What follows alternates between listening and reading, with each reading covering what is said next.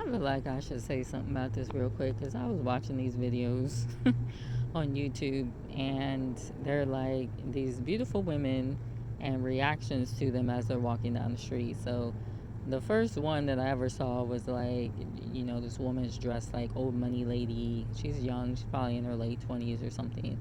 And she gets all these reactions, men turning their heads and that, and then some more came up, and then, this real tall black lady, and they all look like models. That's probably why heads are turning as much as what they're turning as well. And one of them, the one that did the classy dress, her smile is beautiful. She's got a beautiful smile, and so people are going to acknowledge that and be like, "Hey, girl." But in the Black Girls video, there was a particular guy, right? And she's kind of like approaching him, like putting her hand on his chin and that, and he like does this with his glasses and then kind of chases after her. And it reminded me how easy men in Miami were to get. I wasn't even trying to get them, but it was just like this man coming up to me and this man coming up to me, and they want your number and all this kind of stuff. And it just made me think there's not a respect of just marriage here. There's not a respect. Everyone just wants to hook up with one another. All right?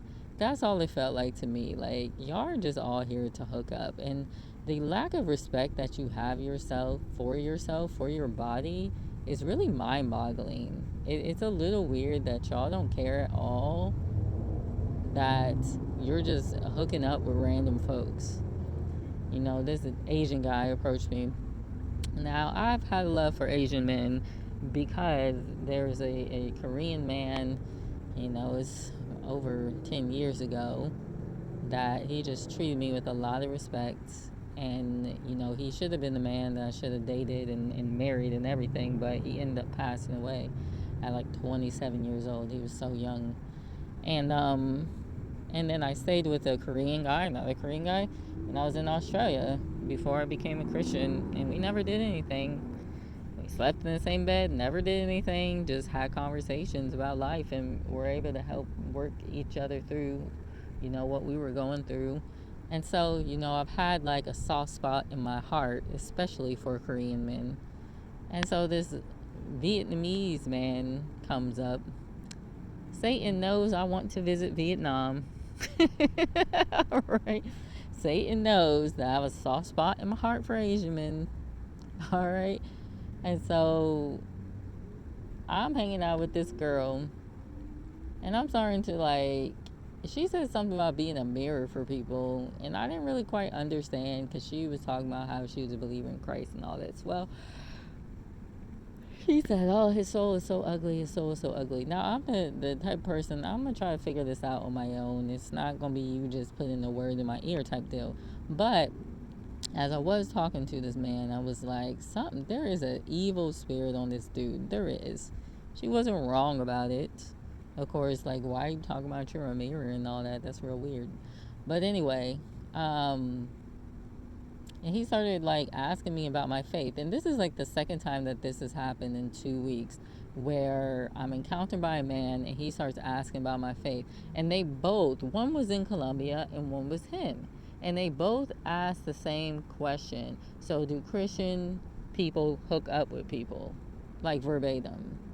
And I'm thinking to myself, what incarnation is this? This is very frustrating. Because it would seem to me that you would know a little bit about Christianity, that's not really our forte. But he didn't seem to know that, or he was pretending like he didn't know. I don't know. I don't really understand.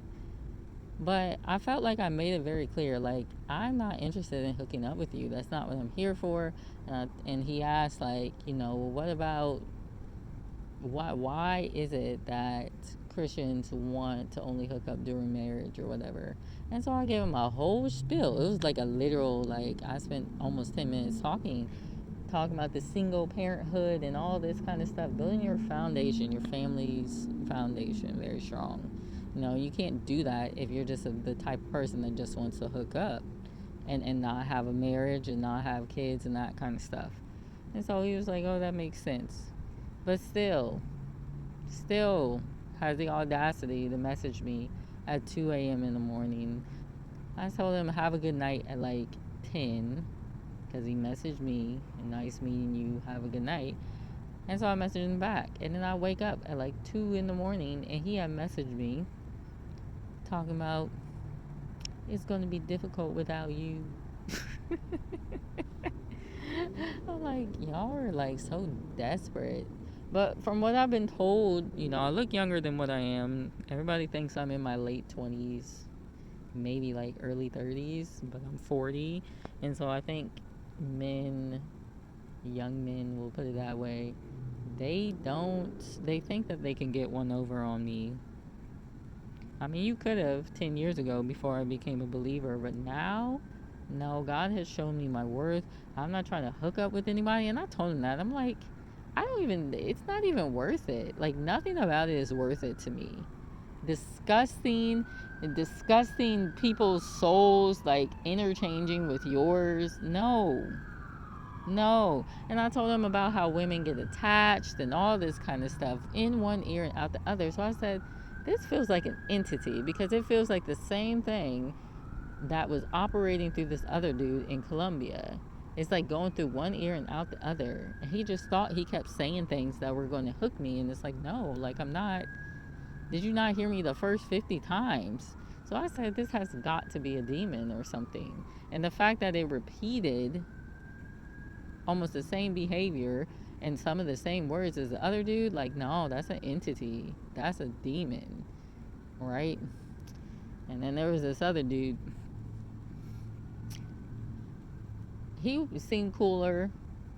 He maybe didn't seem like the type that would hook up like that, but he was also like attractive, so there was probably a lot of women that were trying to hook up with him. But I know this dude in high school, his name was Jared, and he was fine. He was so fine. Tall white guy, dark hair, beautiful face. But he just was like the type of man, he wanted love. Like, he wasn't looking just to hook up with people. And so it was always interesting to me and my friend, because he ended up, I think, marrying this girl that, like, we would say was way out of, his league. Or like she was way out of, or he was way out of her league, because he was just so physically attractive. But she was a very loving girl, I think is what it is. And so he ended up marrying her. And so this is kind of what this Max guy was given. But it's like, once you're in Miami, you can't trust nothing coming out of Miami. At this point, I think, like, the whole island, like, there's probably more STDs per capita than anywhere else. Like, I just do. Okay? That's how it felt being there. It felt like in the air there was just disease, just HIV in the air and chlamydia in the air. Like, it was. Like, these people think they're living a life and they're literally walking out death. Like, they don't even know. They're just doing whatever everybody else is doing. So I just found it disgusting. And I never want to go back, to be honest. I just think it's a dirty place, and all the nudity and the nakedness. And I have to be real. Like, the first time I went to Miami was probably like 2011, 2012 or something. And I showed up to the beach with a thong. There were so many thongs. I think there was more thongs than anything else. But, it's not worth the attention from a man. It's not. Because while you get that 50 seconds of fame of this man being so in awe of your nakedness, all that's running through his head is, she's the type of girl that will wear a thong on the beach, be half naked. I probably can hook up with her. And while these women, I feel like they don't, I feel like subconsciously, that's not really what most of them want, or a lot of them want, or maybe they do. I don't know. I could be wrong. They go that route, and then they're hurt subconsciously when they end up hooking up with these people. But there could be a lot of women out there that just want some money. Because I stayed in a couple hostels, and I was like, hold up, there's some hoes in this house. Like, they are prostitutes. So It's just dirty. Ugh. I don't know why people want to live there, to be honest, other than you're dirty. You're dirty, okay? You dirty. You know you doing some crazy stuff behind closed scenes. So, mm-mm. It's a no for me. It's just a no for me. I don't see the point of flaunting anything at this point. And, I have my little Instagram and I put my travel photos on there. And occasionally I like to look cute and post a little travel photo. And I think it was to draw attention to the Instagram so that they can scroll through the biblical things, right? But unfortunately, most people just skip over that stuff.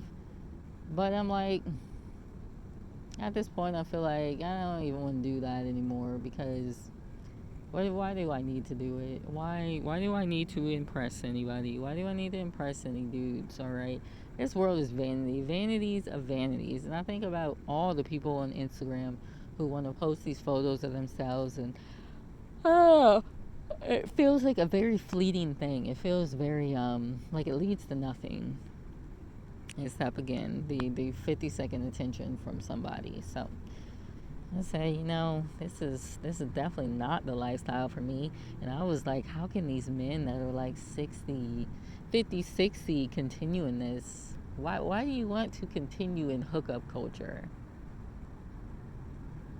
And then I watched those videos today of the women walking down the street, and it seems to me that a lot of men cannot control themselves. Like literal men just turn their face away from their wives and their girlfriends and looking at these girls, and I'm just like, that's your wife.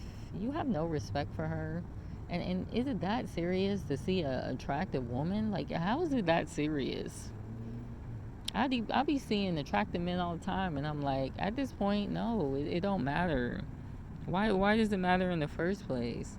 That flesh is going to die at some point. It's going to get older. But maybe it's different for men than women.